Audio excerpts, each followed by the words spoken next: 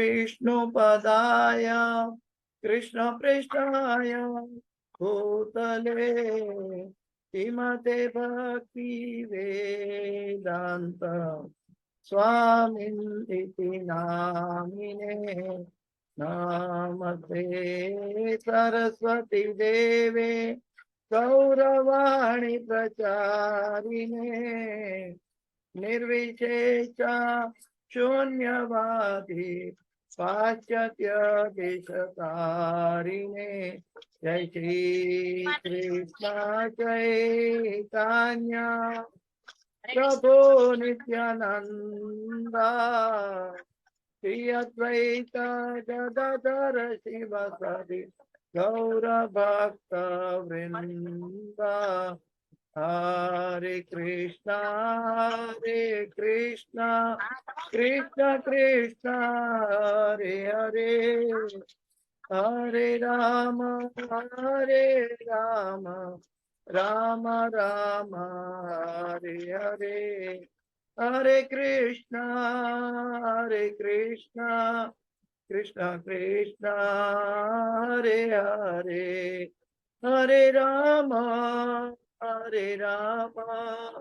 राम राम हरे हरे हरे कृष्णा कृष्ण कृष्ण हरे हरे हरे राम राम राम हरे हरे गोविंद जय जय गोपाल जय जय राधा रमण हरि गोविंद जय जय हरे कृष्णा कृष्ण कृष्ण हरे हरे हरे राम राम राम हरे हरे हरिनाम संकीर्तन यज्ञ कीजिए समावेत भक्त वृंद की जय शिल प्रभुपाद की जय गुरुदेव महाराज की जय ओम अज्ञानातिमिरान्धस्य ज्ञानाञ्जनशलाकया चक्षुरोन्मिलितं येन तस्मै श्रीगुरवे नमः श्रीचैतन्यमनोभीष्टं स्थापितं येन भूतले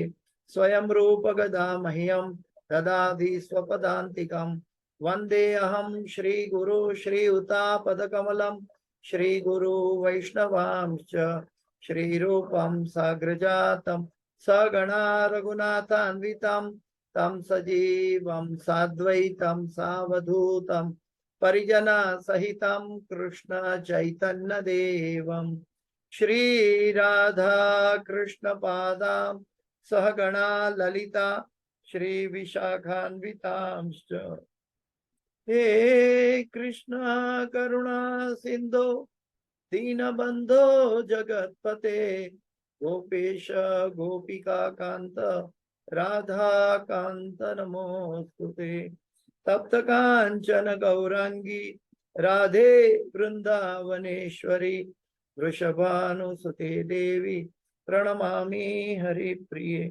वाञ्छाकल्पतरुभ्यश्च कृपा सिन्धुभ्य एव च पतितानां पावनेभ्यो वैष्णवेभ्यो नमो नमः श्री कृष्ण चैतन्य प्रभो नित्यानंद श्री अद्वैत गदाधर श्रीवासादि गौर भक्त वृंद हरे कृष्ण कृष्ण कृष्ण हरे हरे हरे राम राम राम हरे हरे जयतां सुरतो पंगोर मम मंदमते गति मत्सर्वस्व पदाम्भोजो राधा मदन मोहन कृष्णाय वासुदेवाय देवकी नंदनाय च नंद गोपकुमाराय गोविंदाय नमो नमः गोविंदाय नमो नमः गोविंदाय नमो नमः नमः पंकजनाभाय नमः पंकजमालिने नमः पंकजनेत्राय नमस्ते पंकजांग्रिये पंचतत्वात्मकं कृष्ण भक्तरूप स्वरूपकं भक्तावतार भक्ताख्यं नमामि भक्तशक्तिकम् ओम नमो भगवते वासुदेवाय ओम नमो भगवते वासुदेवाय ओम नमो भगवते वासुदेवाय नारायणं नमस्कृत्यं नरं चैव नरोत्तमं देवीं सरस्वतीं व्यासं ततो जयं मुदीरयेत्। नष्टप्रायेषु अभद्रेषु नित्यं भागवत सेवया भगवते उत्तम श्लोके भक्तिर्भवति नैष्ठकी।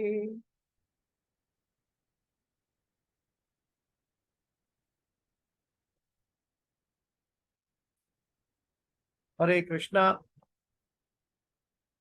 सभी भक्तों को श्रीमद् भागवत की कक्षा में स्वागत है। गुरु गौरंगा की कृपा से हम सब एकत्रित हुए हैं और भागवत को समझने का प्रयास कर रहे हैं। ब्रजभूमि श्री वृंदावन धाम की जय, श्रीमद् भागवतम की जय, श्रील व्यास देव जी की जय, श्रील नारद मुनि की जय, श्रील प्रभुपाद की जय, गुरुदेव महाराज की, गौरंग महाप्रभु की जय। तो आज प्रभु जी ने कहा है कि पहला स्कंद का चौथा अध्याय का 25वां श्लोक पे चर्चा करेंगे। 1425। स्त्री शूद्र द्विज बंधूनां त्रयीना श्रुति गोचरा कर्म श्रेयसी मूढ़ानां श्रेय एवं भवेदिह इति भारतमाख्यानं कृपया मुनिना कृतम्। फिर से, स्त्री शूद्र द्विज बंधूनां त्रयीना श्रुति गोचरा कर्म श्रेयसी मूढ़ानां श्रेय एवं भवेदिह इति भारतमाख्यानं कृपया मुनिना कृतम्। फिर से, स्त्री शूद्र द्विज बंधूनां त्रयीना श्रुति गोचरा कर्म श्रेयसी मूढ़ानां श्रेय एवं भवेदिह इति भारतम आख्यानम कृपया मुनिना कृतम। तो अनुवाद और तात्पर्य में सीधा चले जाते हैं। अनुवाद और तात्पर्य भाई इसी भक्ति वेदांत स्वामी शिल प्रभुपाद महाराज की जय। अनुवाद, महर्षि व्यासदेव जी ने अनुकंपावश हित कर समझा कि यह मनुष्य को जीवन का चरम लक्ष्य प्राप्त करने में यह सहायक होगा। इस प्रकार उन्होंने स्त्रियों, शूद्रों तथा द्विज बंधुओं के लिए महाभारत नामक महान ऐतिहासिक कथा का संकलन किया। मैं अनुवाद फिर से पढ़ता हूं। महर्षि वेदव्यास जी की बात है। महर्षि वेदव्यास ने अनुकंपावश हित कर समझा कि यह मनुष्य को जीवन का चरम लक्ष्य प्राप्त करने में सहायक होगा। इस प्रकार उन्होंने स्त्रियों, शूद्रों तथा द्विज बंधुओं के लिए महाभारत नामक महान ऐतिहासिक कथा का संकलन किया। तो ये व्यास देव जी की कृति होने जा रही है, जो जिन्होंने एक वेद था, उस वेद का अलग अलग विषयों के नामक अलग अलग 4 विभागों में उनको विस्तृत किया और 4 विभागों में अलग अलग ऋषियों की जिम्मेदारी सौंपी।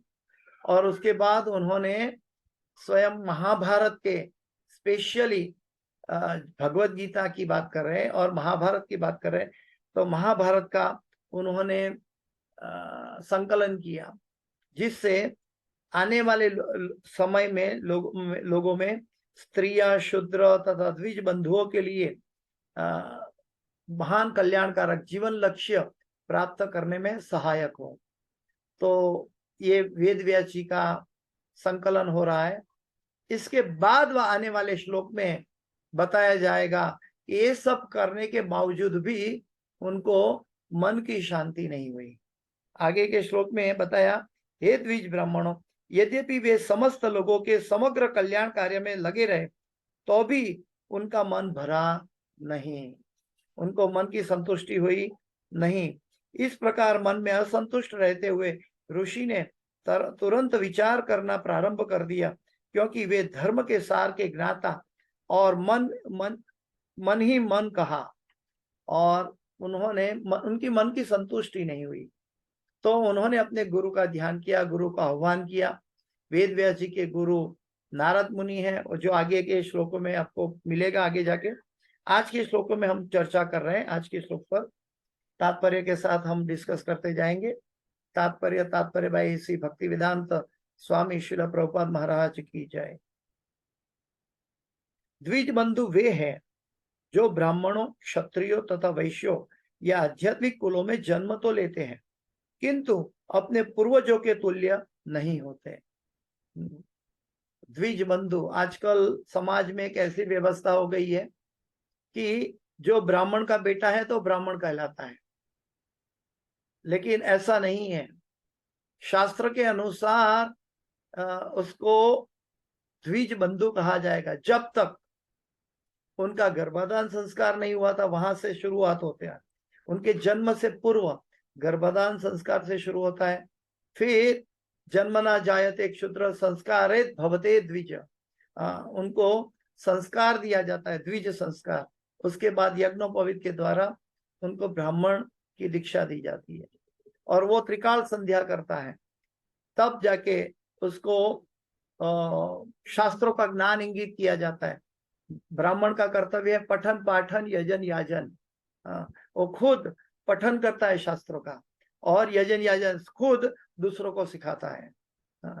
ये ब्राह्मण का कर्तव्य है।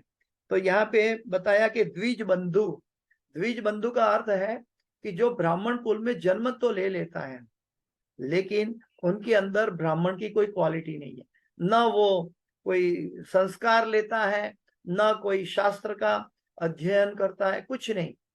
लेकिन उनके पिता के कुल में जन्म लिया जो ब्राह्मण थे, इसलिए वो ब्राह्मण कहलाने लगा, लेकिन शास्त्र के अनुसार उनको द्विज बंधु कहा गया।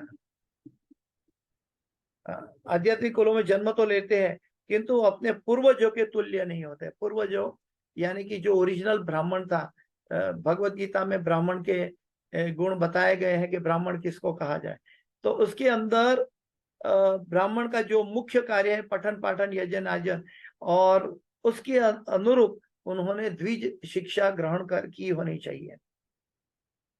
ऐसे वंशज संस्कारों के अभाव में मान्य नहीं बन पाते, ऐसे वंशज संस्कारों के अभाव में मान्य नहीं बन पाते। तो यहाँ प्रभुपाद जी कहते हैं कि जिसके अंदर संस्कार नहीं है वो ब्राह्मण के तुल्य नहीं कहा जाएगा। संस्कार होना आवश्यक है। संस्कार का मतलब क्या है?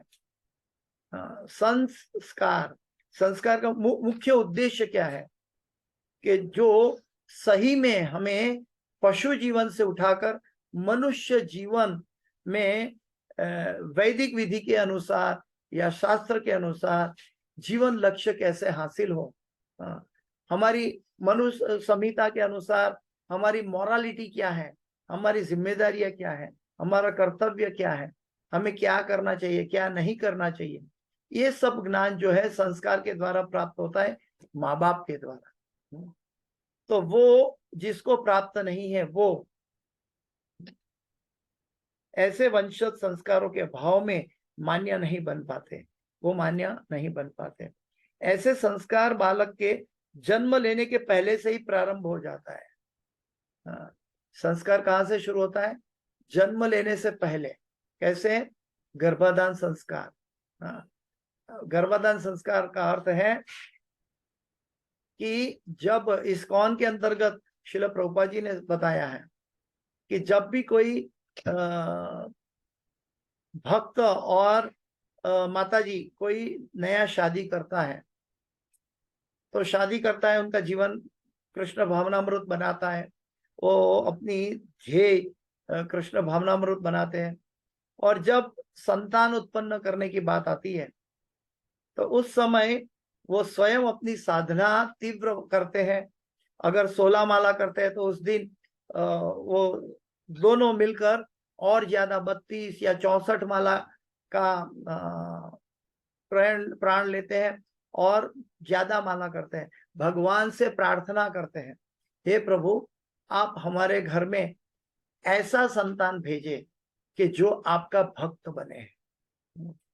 वो पति पत्नी भगवान को प्रार्थना करते हैं, हे प्रभु आप हमारे घर में ऐसा संतान, ऐसा जीव भेजे कि जो आपका परम भक्त बने। और उसके बाद जब भगवान से प्रार्थना करके जो संतान उत्पन्न किया जाता है वो गर्भाधान संस्कार के तुल्य है। मतलब उसको सही संस्कार के अंतर्गत, उसके बाद जब वो गर्भाधारण करते हैं माता जी, तब माता जी भी अपनी साधना के साथ साथ शास्त्रों का अध्ययन करती है। और खुद पिता बोलते हैं, माता सुनती है। प्रहलाद महाराज भी ऐसे एग्जाम्पल है, और परीक्षित महाराज भी ऐसे एग्जाम्पल है भागवत में, कि जिन्होंने अपनी माता की वुम में भगवान का ज्ञान प्राप्त किया था। तो ऐसे हमारे आगे तीसरे स्कंद के 31वें चैप्टर में कपिल भगवान भी देवहूति माता को उपदेश देने वाले हैं, और उसमें भी वो बता रहे हैं कि ये संस्कार अति आवश्यक है।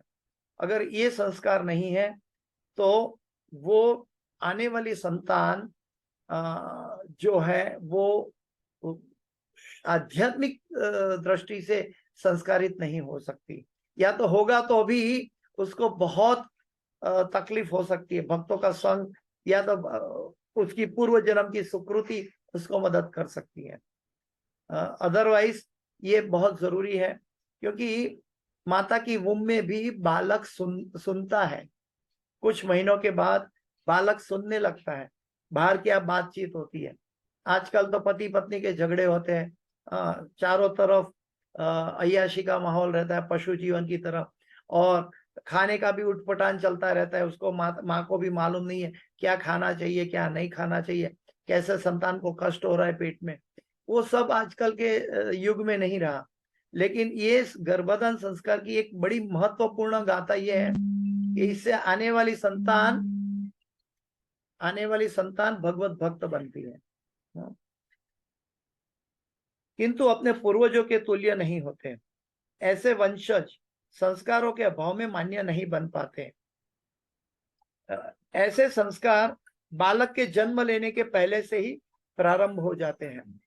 बालक के जन्म लेने के पहले ही प्रारंभ हो जाते हैं। और बीजारोपण पहला गर्भधान संस्कार कहलाता है। बीज रोपण, जब माता पिता, एक्चुअली भगवान बीज रोपते हैं, लेकिन एक पिता का स्वरूप है जिनके द्वारा भगवान माता के गर्भ में बीज रोपते हैं, ये संस्कार कहलाता है। जो व्यक्ति गर्भाधान संस्कार अर्थात आध्यात्मिक परिवार नियोजन की इस प्रक्रिया से नहीं गुजरता, उसे द्विज कुल में जन्मा नहीं माना जाता। और द्विज कुल में भी जन्मा है, जन्मना जायते क्षुद्र संस्कारेत भवते द्विज। सभी जन्म से क्षुद्र है, लेकिन संस्कार से द्विज बनते हैं।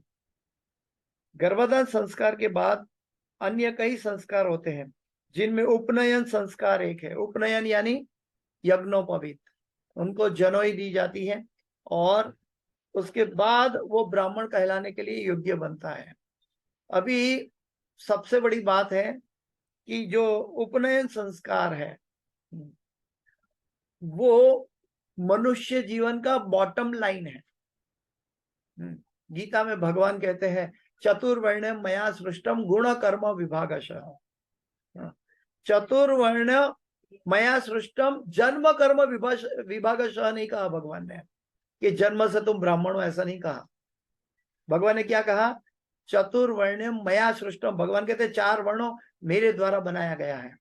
मया सृष्टम गुण कर्म विभागशः, उनके गुण और कर्म के अनुसार उनका विभाग किया गया है। मतलब जब हम अपने कर्म से अपने गुणों से ब्राह्मण नहीं बन जाते, तब तक हम ब्राह्मण नहीं कहलाने के लिए योग्य नहीं है। लेकिन आजकल का माहौल अलग चल पड़ा है। जो व्यक्ति गर्भाधान संस्कार अर्थात आध्यात्मिक परिवार नियोजन की इस प्रक्रिया से नहीं गुजरता, उसे द्विज कुल में जन्मा नहीं माना जाता है। गर्भाधान संस्कार के बाद अन्य कई संस्कार होते हैं, जिनमें उपनयन संस्कार एक है। यह आध्यात्मिक दीक्षा के समय संपन्न होता है। यह इस्कॉन के अंदर ये आध्यात्मिक दीक्षा के समय संपन्न होता है। उसके बाद जो दीक्षित भक्त है त्रिकाल संध्या करता है और 16 माला करता है। सबसे श्रील प्रभुपाद जी ने कहा है कि मनुष्य को इसी जीवन में अगर भगवत प्राप्ति करनी है तो उनको न सिर्फ गुरु आश्रय लेना है, न सिर्फ हरिनाम दीक्षा लेनी है, बल्कि कम से कम ब्राह्मण दीक्षा तक पहुंचना चाहिए। मां च अव्यभिचारिणी भक्ति योगेन सेवते सगुणान समतीत्यान ब्रह्म भूयाय कल्पते। हाँ, तो अगर तीन प्रकृति के तीन गुणों को लांघना है, ये भी है। और माम च अव्यभिचारिणी, हमें भगवान की भक्ति अव्यभिचारिणी, व्यभिचारिणी नहीं, यानी कि बांटी हुई नहीं, अव्यभिचारिणी। माम च अव्यभिचारिणी भक्ति योगे न सेवते सगुणान समतीत इत्यान। वो तीन गुणों को लांघ कर भक्ति कर सकता है। कौन? जो ब्राह्मण दीक्षित है। तो भगवान कहते हैं कि मैं हर एक जीव का कल्याणकारी मित्र हूं। तो जो व्यक्ति इस मनुष्य जन्म में भगवत भक्ति के साथ साथ अपनी आध्यात्मिक उन्नति करता है, अपने आप को ब्राह्मण कुल में तक पहुंचाता है, तो उसका पतन नहीं होगा। भगवान कहते हैं कि उसका पतन नहीं होगा। इवन स्त्रियों वैश्य तथा शूद्र तेपी यान्ति पराम गतिम। भगवान कहते हैं कि स्त्री है, शूद्र है, उनका भी परम गति हो सकती है। और मनुष्य अगर ब्राह्मण दीक्षा तक पहुंचे तो अगला जन्म उसका पतन का मार्ग नहीं होगा, आगे जाएगा वो।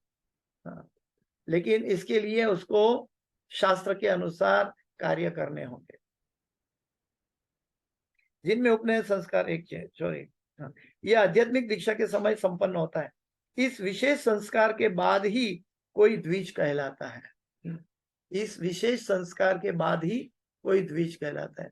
गौड़ी संप्रदाय में भक्ति सिद्धांत महाराज और श्रील प्रभुपाद जी ने कई जीवों को, कई भक्तों को द्विज संस्कार, यज्ञोपवीत संस्कार दिया गया, और उनके शिष्यगण भी यज्ञोपवीत संस्कार दे रहे हैं। कैसे? गुण कर्म विभागशः, उनके गुण और कर्म के अनुसार उनको ब्राह्मण की दीक्षा दी जाती है।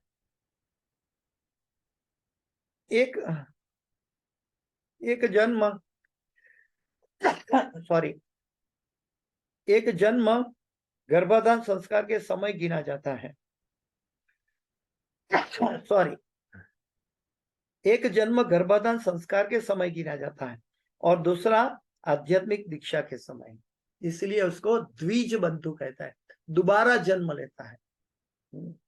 अभी अगर हम दोबारा जन्म लेकर आध्यात्मिक प्रगति के सोपान पर नहीं चल पड़े तो हमारा जो मनुष्य जीवन है वो पूरी तरह लक्ष्य की ओर इंगित करने में तकलीफ हो सकती है। जरूर श्रील प्रभुपाद जी कहते हैं कि कम से कम हमें ब्राह्मण लेवल तक अपने आप को उठाना होगा भक्ति में। जो इन महत्वपूर्ण संस्कारों से गुजरता है उसे प्रामाणिक द्विज कहा जा सकता है। इसे महत्वपूर्ण संस्कारों से गुजरता है उसे प्रामाणिक द्विज कहा जा सकता है। श्रील प्रभुपाद जी ने ऐसे दीक्षा दे रहे थे यूरोपियन अमेरिकन लोगों को, तो कई भारतवासी ब्राह्मणों ने उनका विरोध किया था कि भाई तुम गलत कर रहे हो। लेकिन श्रील प्रभुपाद जी अपने गुरु को फॉलो कर रहे थे और गुरु ने भी शास्त्र को फॉलो कर रहे थे।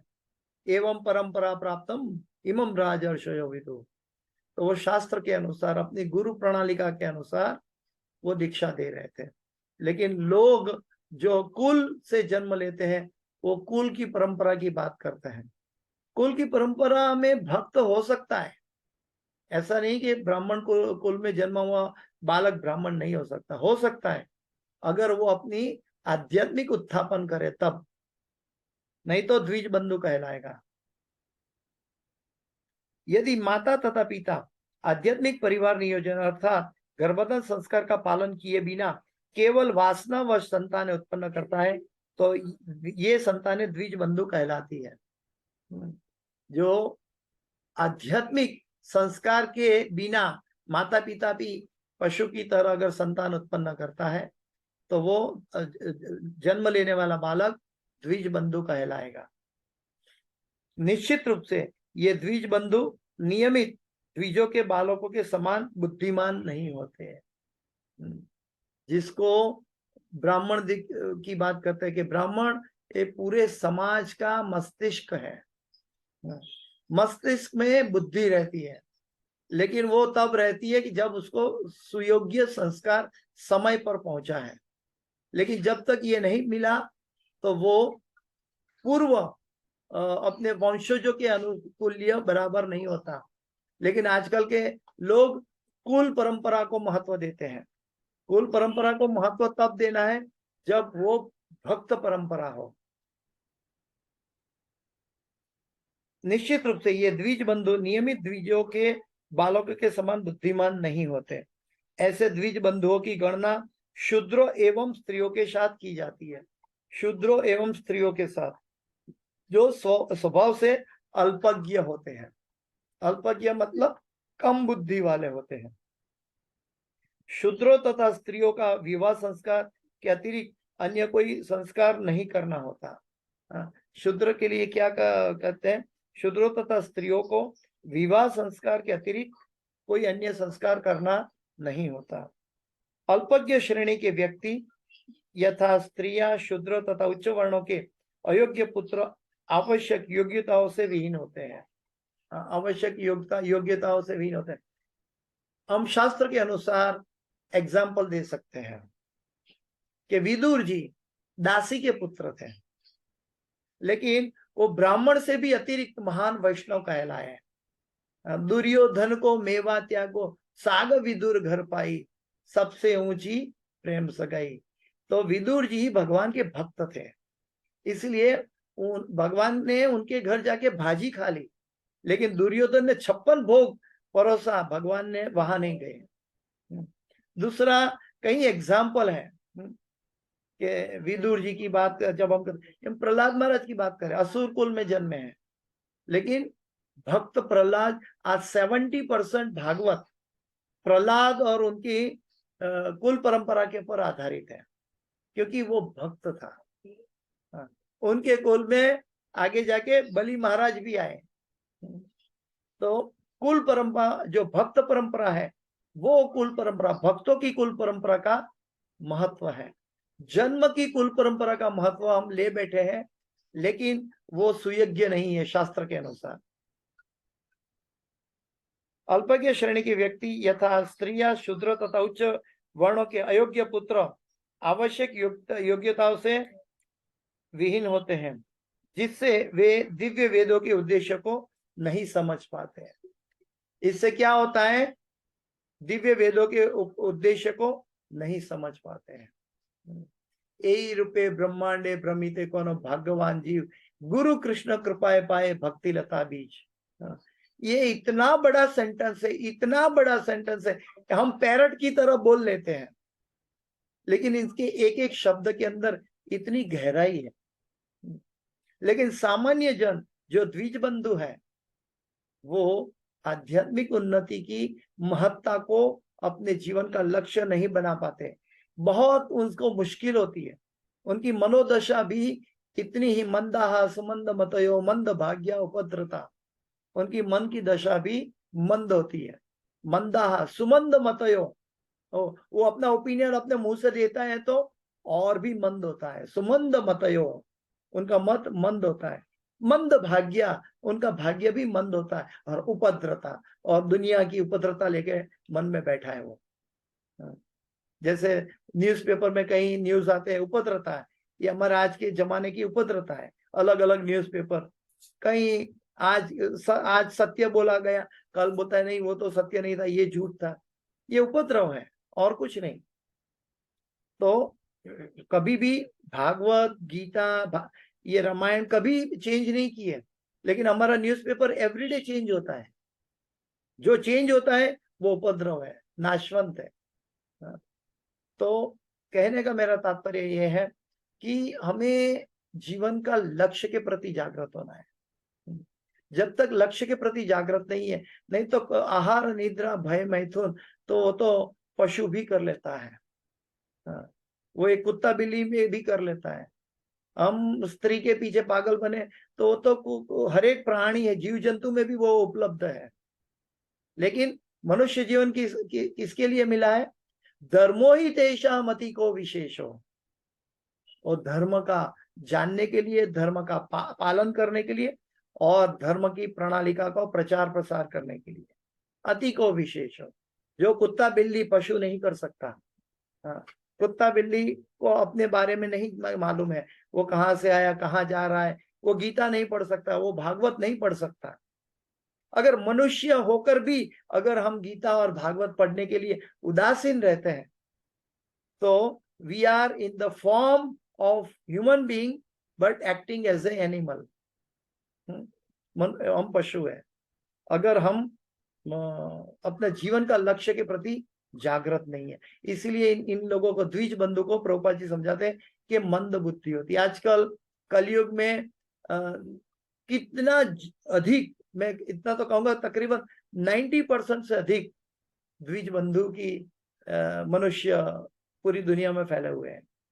इसलिए भक्ति का संचार है बहुत निम्न स्तर पर चला गया।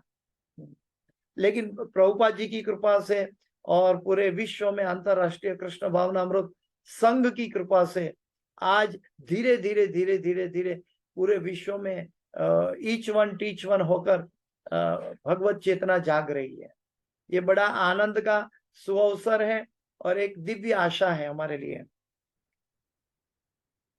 ऐसे लोगों तो यहाँ पे अल्पज्ञ श्रेणी के व्यक्ति यथा स्त्रियां, शूद्र तथा उच्च वर्ण के अयोग्य पुत्र आवश्यक योग्यताओं से विहीन होते हैं, जिससे वे दिव्य वेदों के उद्देश्य को नहीं समझ पाते। ऐसे लोगों के लिए महाभारत लिखा गया है। ऐसे लोगों के लिए क्यों?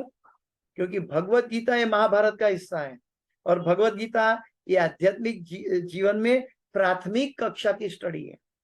कोई कहेगा अरे ये तो भगवान के वचन है, ये तो अल्टीमेट स्टडी है। हाँ, अल्टीमेट स्टडी, अल्टीमेट जगह पहुंचने के लिए प्राथमिक स्टडी है। ये हमें पशु तुल्य मानसिकता से उगार कर हमें मनुष्य बनाती है भगवत गीता, और श्रीमद् भागवत मनुष्य से भक्त बनाती है, और श्री चैतन्य चरितामृतम भक्त से भगवान का प्रेमी बनाती है। वो पीएचडी लेवल की स्टडी है। तो हम अभी भक्त बनना है हमें मनुष्य जीवन में, तब हमें भागवत की संरचना करनी है। तो आगे आएगा कि नारद मुनि का प्राकट्य होगा, व्यास देव जी अपनी परिपक्वता की पूर्णता में जब अपने गुरु के आदेशों के द्वारा जब ये भागवत की रचना करेंगे, तब पता चलेगा कि उन्होंने जो लिखा था, यानी कि जो 4 वेद संकलन किए, ये सब उपनिषद ये संकलन किए, ये पुराण संकलन हुए, लेकिन नारद मुनि कहते हैं ये तो कौवे का भोजन है। नारद मुनि कहते हैं ये तो कौवे का भोजन है। क्यों ऐसा कहा? कौवा कहाँ रहता है? उकरडा में रहता है। ऐसा क्यों कहा उन्होंने? क्योंकि यहाँ सकाम कर्म की बातें बताई गई है, जीवन का उद्देश्य, जीवन का परम लक्ष्य, उसकी बातें नहीं चर्चा हुई है वेदों में। वेदों में कहा ये काम करोगे तो ये प्राप्त हो जाएगा, ये काम करोगे तो ये प्राप्त होगा। तो वो सब सकाम कर्म की, छोटी छोटी रोटी के लिए इधर उधर भागने की पशु तुल्य बातें हैं। लेकिन जीवन का जन्म मृत्यु जरा व्याधि जो जीवन का लक्ष्य है, उससे उबरना है मनुष्य जीवन में, और भगवान की संतुष्टि प्राप्त करनी है, भगवान की प्रसन्नता प्राप्त करनी है।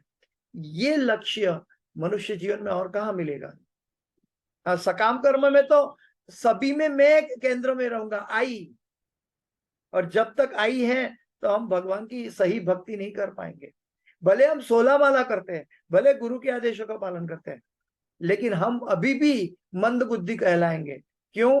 क्योंकि जब तक हमें ये समझ में नहीं आएगा कि भगवान की कृपा से, और भगवान ने गुरु भेजा है और गुरु की कृपा से भगवान मुझसे करवा रहे हैं, जब तक ये बुद्धि का अनुभव नहीं होगा, ये अंधविश्वास नहीं है।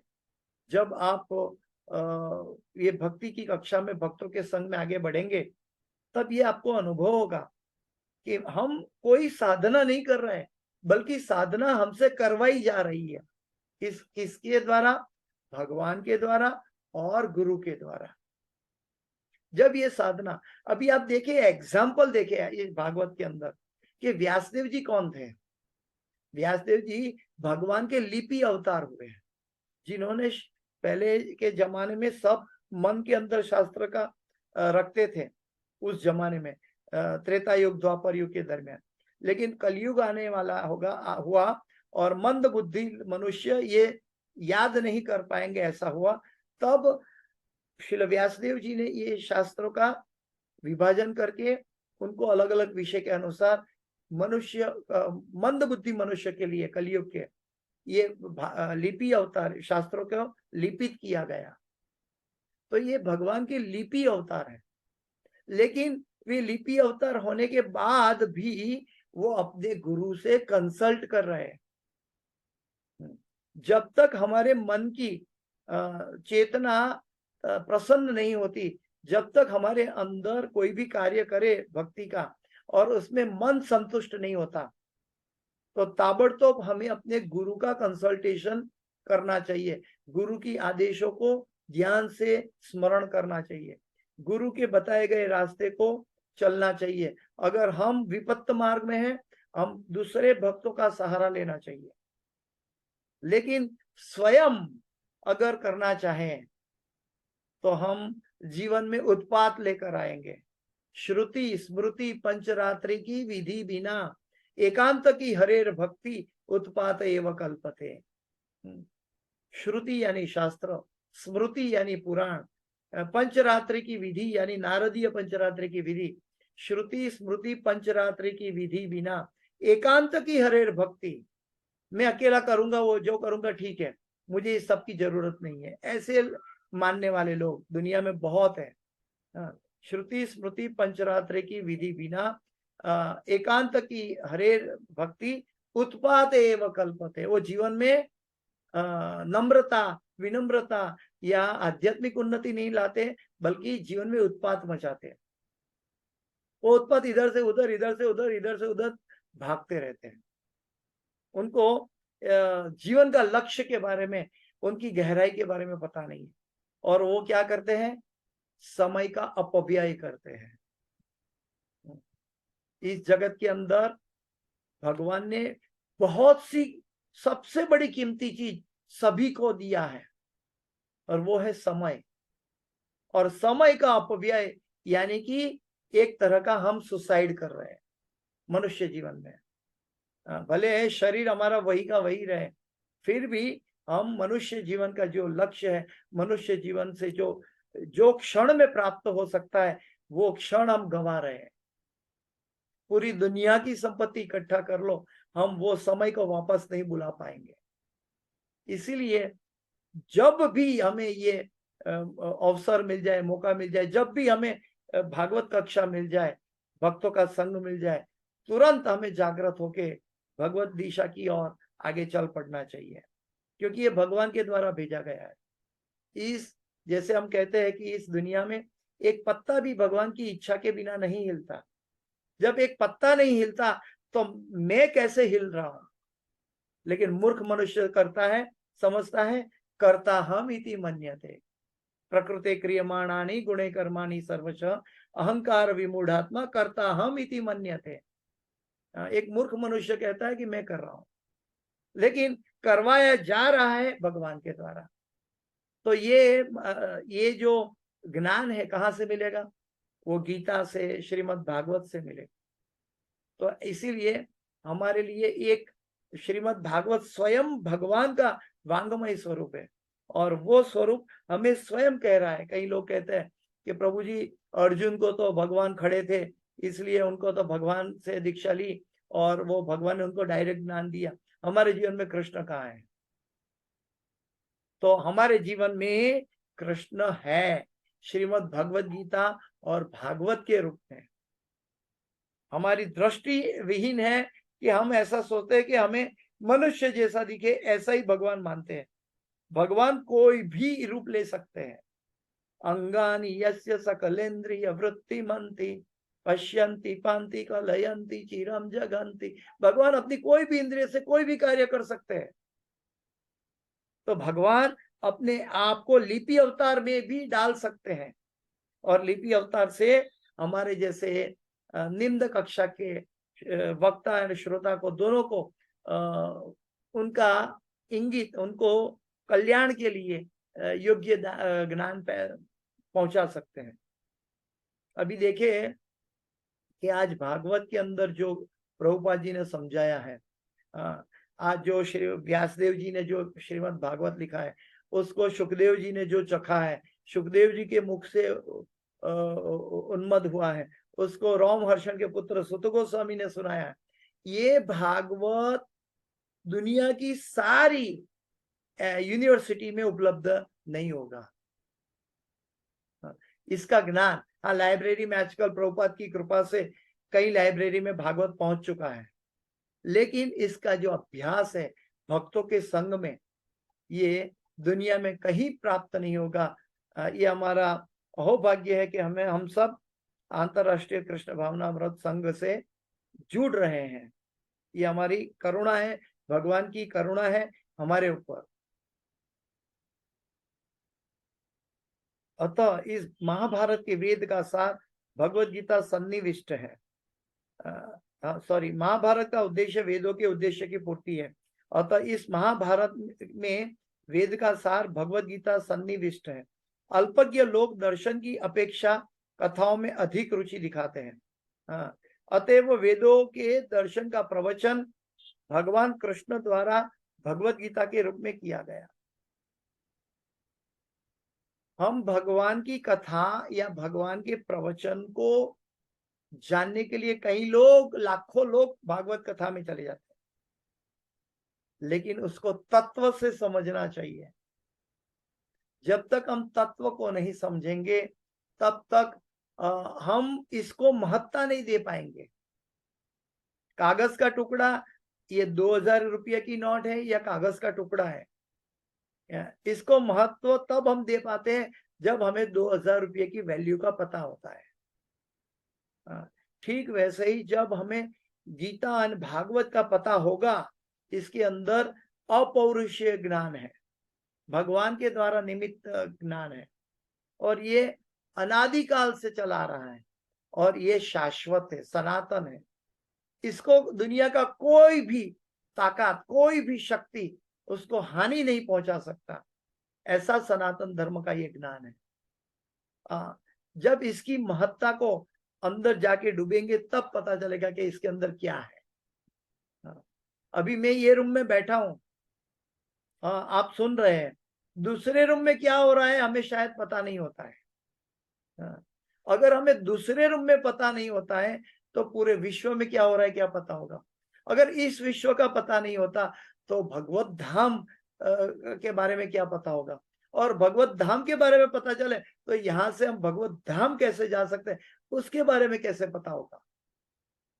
ये तो भगवान की अहेतु की करुणा है कि हमें ये गीता और भागवत प्राप्त हुआ है।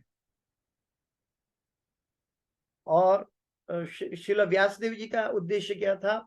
लोकहितकारिण, आने वाले लोगों को, मंद बुद्धि वाले लोगों के जीवों पर दया था, इसलिए उन्होंने ये बहुत श्रेष्ठ कार्य करने की प्रण ले लिया था, और वो कर रहे थे। उनका उद्देश्य लोकहितकारिण। लेकिन आजकल कलयुग के मनुष्य का उद्देश्य क्या है? कैसे हमारा बैंक बैलेंस बढ़ जाए, कैसे मैं डॉक्टर बन के सबको चीटिंग करूं, कैसे मैं इंजीनियर बन के ज्यादा पैसा कमा लूं, कैसे मैं बिल्डर बन जाऊं, कैसे मैं अच्छी पत्नी ढूंढ लूं, कैसे मैं अच्छा पैसा कमा लूं, कैसे मैं अच्छा नाम कमा लूं समाज में। ये सब नाशवंत चीजें की पीछे पूरी दुनिया भाग रही है। लेकिन जीव का उद्देश्य है, जीव का अपना धर्म है, जीवेर स्वरूप है नित्यर कृष्ण दास। ये धर्म के बारे में हम उदासीन रहते हैं सारा जीवन, और ये हमारी जन्म मृत्यु जरा व्याधि का कारण है, हमारी दुर्दशा का कारण है।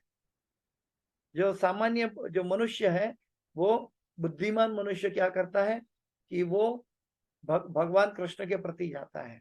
गीता में भगवान कृष्ण कहते हैं, बहुनाम जन्म नाम अंते ज्ञान अवामाम प्रपद्यन्ते वासुदेवम सर्वमिति स महात्मा सुदुर्लभ। जो श्री कृष्ण सर्वस्व से ऐसा मान लिया जिसने और समझ लिया, ऐसा महात्मा, ऐसा वैष्णव अति दुर्लभ है। अभी कोई कहेगा प्रभु जी हम सब तो कृष्ण को मानते हैं। हम सब भी कृष्ण को अभी तक नहीं मान रहे। मानने का मतलब है उनका कहा हुआ पालन करना, उनकी कही बातों में संशय नहीं होना, उसको कहते हैं कि हम भगवान को मानते हैं। हम भगवान, हाँ कृष्ण भगवान हम मानते हैं, हम जाते हैं मंदिर नहीं। हमें गीता हमारे खून में, हमारे ब्लड में होनी चाहिए भगवत गीता। और गीता के अंदर का जो मर्म है, उद्देश्य है, भगवान को अर्जुन को निमित्त बनाकर सारे जीवों के लिए जो उद्देश्य बनाया, वो उद्देश्य हमें हासिल करना है। जो टोटली ऑपोजिट था अपने मत में, मनोधर्म में, अर्जुन कहता था कि मैं युद्ध नहीं लड़ूंगा, बिल्कुल ऑपोजिट था। भगवान ने गीता का उपदेश देके उनको उनसे युद्ध करवाया। जब तक हम अपने मिथ्या अहंकार के साथ लड़ाई नहीं करेंगे, तब तक हम भगवान के उद्देश्य को कैसे समझेंगे। आजकल हम मनोधर्म से जी रहे हैं 99% लोग। ये श्रील प्रभुपाद जी की कृपा है और भगवान की हेतु की कृपा है कि कुछ भक्त अभी धीरे धीरे धीरे इस्कॉन में और कई जगह में प्रगति कर रहे हैं। तो कहने का मेरा तात्पर्य ये है कि जीवन का लक्ष्य कैसे होना चाहिए। वेद व्यास जी का जीवन का लक्ष्य लोक हितकारिणो था। हम तो स्वहितकारिणो जी रहे हैं, लेकिन स्व कौन सा है? जो शरीर जो मरने वाला है वो स्वहित मान रहे हैं। हम शरीर है ही नहीं, हम तो आत्मा है। कल जाके कुत्ता बनना पड़ा तो क्या होगा, उसकी चिंता हमें नहीं है। कल जाके मुझे कुत्ता बिल्ली बनना पड़े तो स्वहित भी ठीक से नहीं देख पाता। ऐसा मंद बुद्धि मनुष्य है कलयुग का।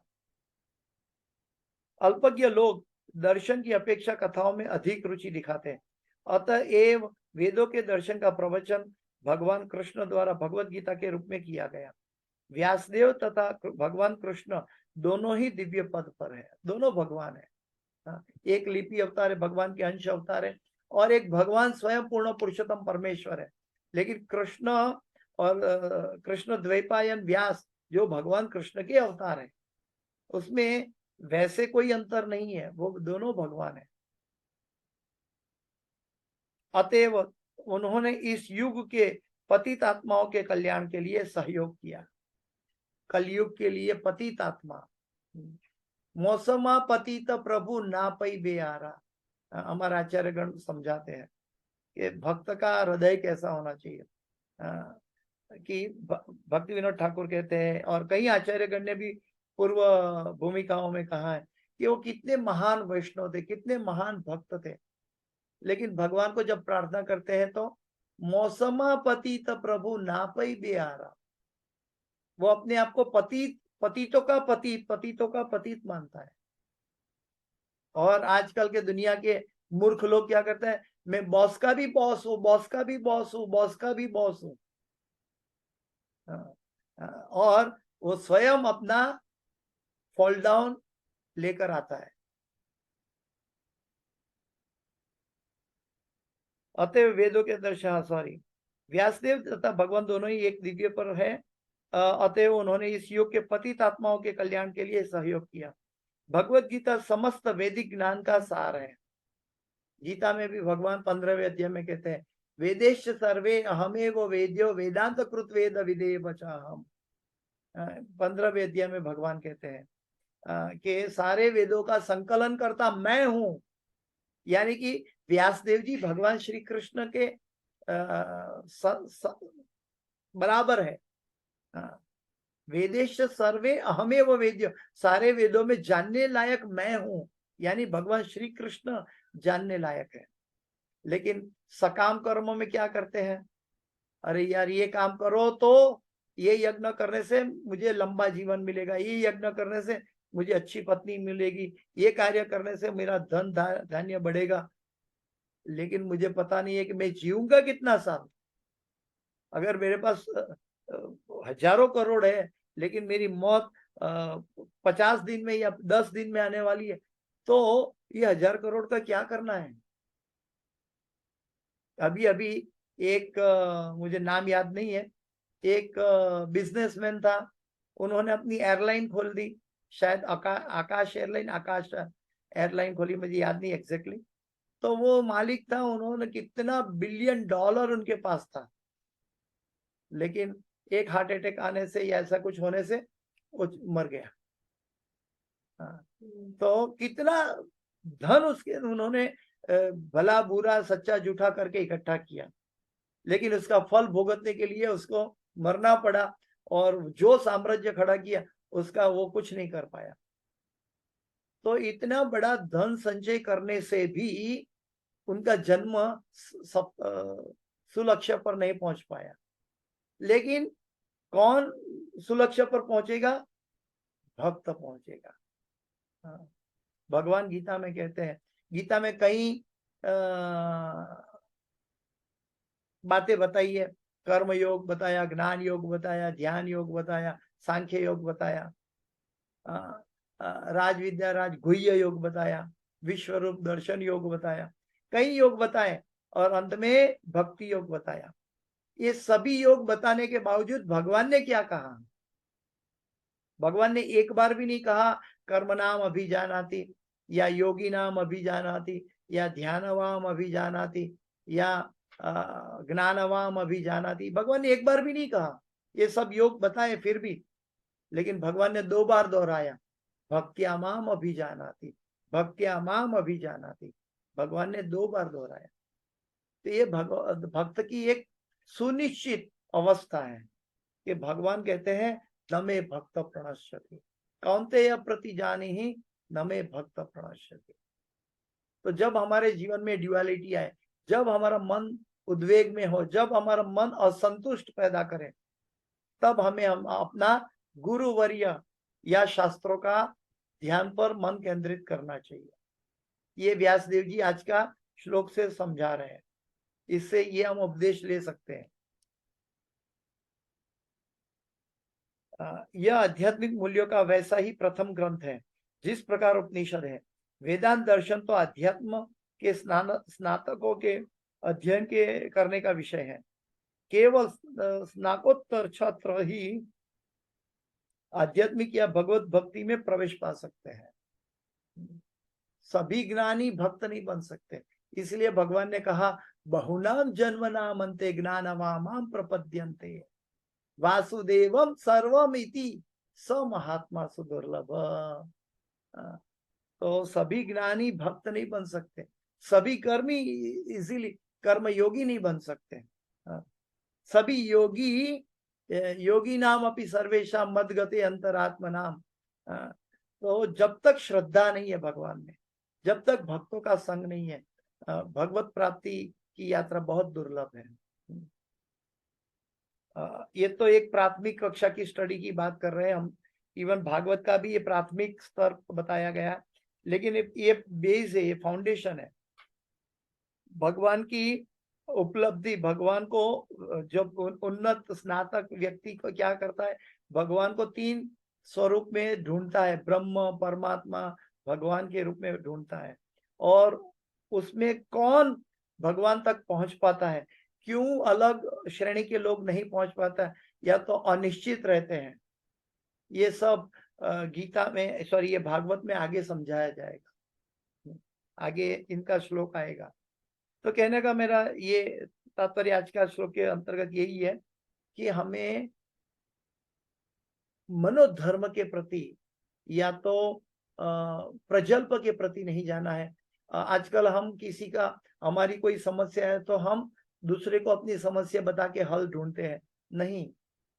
हमें भगवान को समस्या, अपने गुरु को समस्या बता सकते हैं, भगवान को समस्या बता सकते हैं, और इसका हल भागवत के अंदर से, गीता के अंदर से ढूंढ सकते हैं। ये श्रीमद् भागवत जो है, भागवत एक चैलेंज है मनुष्य के लिए कि जन्म से लेके मृत्यु तक जीवन में आने वाली हर एक समस्या का, प्रश्नों का जवाब श्रीमद् भागवत में उपलब्ध है। इस ब्रह्मांड में ऐसी कोई समस्या ने जन्म नहीं लिया कि जिसका जवाब, जिसका इलाज श्रीमद् भागवत में ना मिले। लेकिन वस्तुतः हमें इसका अध्ययन करना होगा, वस्तुतः हमें इसको भक्तों के संग में समझना होगा, क्योंकि भक्तों के संग में समझेंगे तब हमें याद रहेगा, और जब याद रहेगा तब हम दूसरों को बताएंगे, और जब दूसरों को बताएंगे तब स्मरण हो जाएगा, जो मृत्यु के समय काम आएगा। यह एक महान विज्ञान है, और इसके परम आचार्य श्री चैतन्य महाप्रभु के रूप में स्वयं भगवान है। श्री चैतन्य महाप्रभु भी नॉन अदर देन कृष्ण के अवतार थे। राधा कृष्ण, श्री कृष्ण चैतन्य राधा कृष्ण नहीं, अन्य राधा कृष्ण के अवतार है। वो एक अलग सब्जेक्ट है, लेकिन हम कोई मनुष्य भगवान राधा कृष्ण नहीं बन सकता, न कोई स्त्री पुरुष राधा कृष्ण बन सकता है इस जगत का। राधा कृष्ण भगवान है, और उनको कैसे वहां तक पहुंचा जा सकता है, इसलिए गहरा विज्ञान है। भक्तों का संग में हमें धीरे धीरे धीरे धीरे भागवत में आगे चलना होगा। जब भागवत में आगे चलेंगे, कुछ आधे तक पहुंच जाए तो हम साथ साथ चैतन्य चरितामृतम में आगे चल सकते हैं, जिससे जाकर हम भगवत भक्त के साथ प्रेम का भी लक्षण पाएंगे। श्री चैतन्य महाप्रभु ने अल्टीमेट मंद बुद्धि के लोगों को, ये लायक है नालायक है जो भी है, पतित है जो भी है, सबको कृष्ण प्रेम वितरित किया। यह एक महान विज्ञान है, और इसके परम आचार्य श्री चैतन्य महाप्रभु के रूप में स्वयं भगवान है। जो लोग उनके द्वारा शक्ति प्रदत्त है, जो चैतन्य महाप्रभु की प्रणालिका में दीक्षित है, शक्ति प्रदत्त है, वे ही दिव्य भगवत भक्ति में अन्यों को दीक्षित कर सकते हैं। हमारे गुरु महाराज गुरुवर्य के लिए कहा गया। हम